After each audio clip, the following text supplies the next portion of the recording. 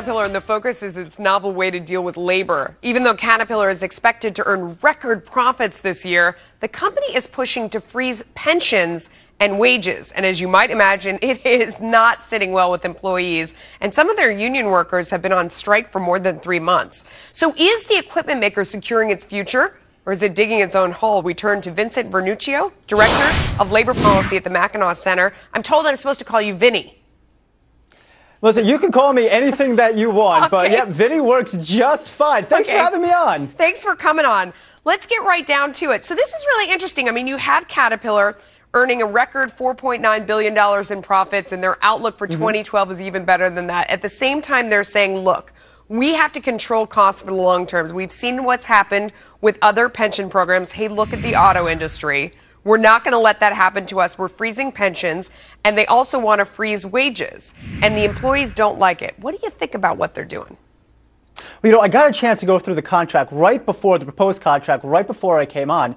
And, there was something really novel in there. I mean, from all the news reports you're hearing that, yeah, they're going to freeze wages. You know what they want to freeze? They want to freeze automatic cost of living increases. What they're also proposing is, and this is a real novel idea for unions, is give merit increases, give incentives, give extra pay to people that actually work harder and if they meet goals. So all this talk about them freezing wages and it being stagnant is actually just talking about automatic raises, not things that these employees can actually earn. And on top of that, when you look at the actual numbers, they want to freeze wages for their top tier workers. Those are people who have been there 7 years or more, and they make an average of $26 an hour or $55,000 a year before overtime, which is 34% above the market average for this employee. So they're already making a lot. Well, that's the thing. I mean, they're already getting over a third more than the market rates usually say would allow.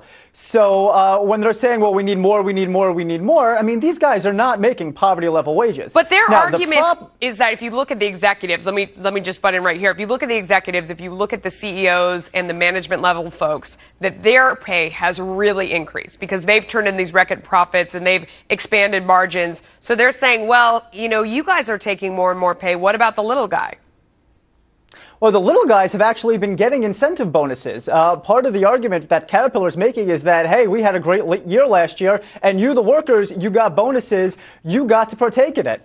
So, really this comes down to them saying, well, the union saying that you need us to make more money, not by your hard work, you can make more money and you can get ahead on your own. And that really is a threat to these unions because it kind of takes them out of the equation when hard work is what gets a worker ahead, not the union. And Caterpillar is no joke. I mean, they've been in this before. They locked out 450 workers in London, Ontario when they were in a similar fight, and they ended up closing the factory altogether when they couldn't make a deal. In the mid-90s, they really vanquished the UAW after a 17-month strike. So they are tough. Do you think they're setting the example for the industry, or are they possibly stirring a whole lot of trouble when maybe they don't have to? What do you think? I think they're probably setting the standard for the industry. The union largesse and a lot of the unions in these forced unionism states have grown so large and taken so much from companies. I mean, all you have to look at is the big three and what happened there in states like Illinois and Indiana and Michigan. And you see what happens when companies constantly give into union bosses' demands. So Caterpillar is drawing the line in the sand. And by the way, not to say that they don't have a very formidable adversary. Remember, this is the machinists union. This is the union that was striking Boeing and has struck many companies before. So you are seeing two heavyweights really coming to blows at each other here. Yes, and we certainly invite them both on the show. I know we reached out to the CEO of the company. He has not accepted our invitation at this time, but I'm sure he's going to come on at some point to talk about this. A very interesting issue. Thanks for joining us. We appreciate it. Hey, thanks for having me on.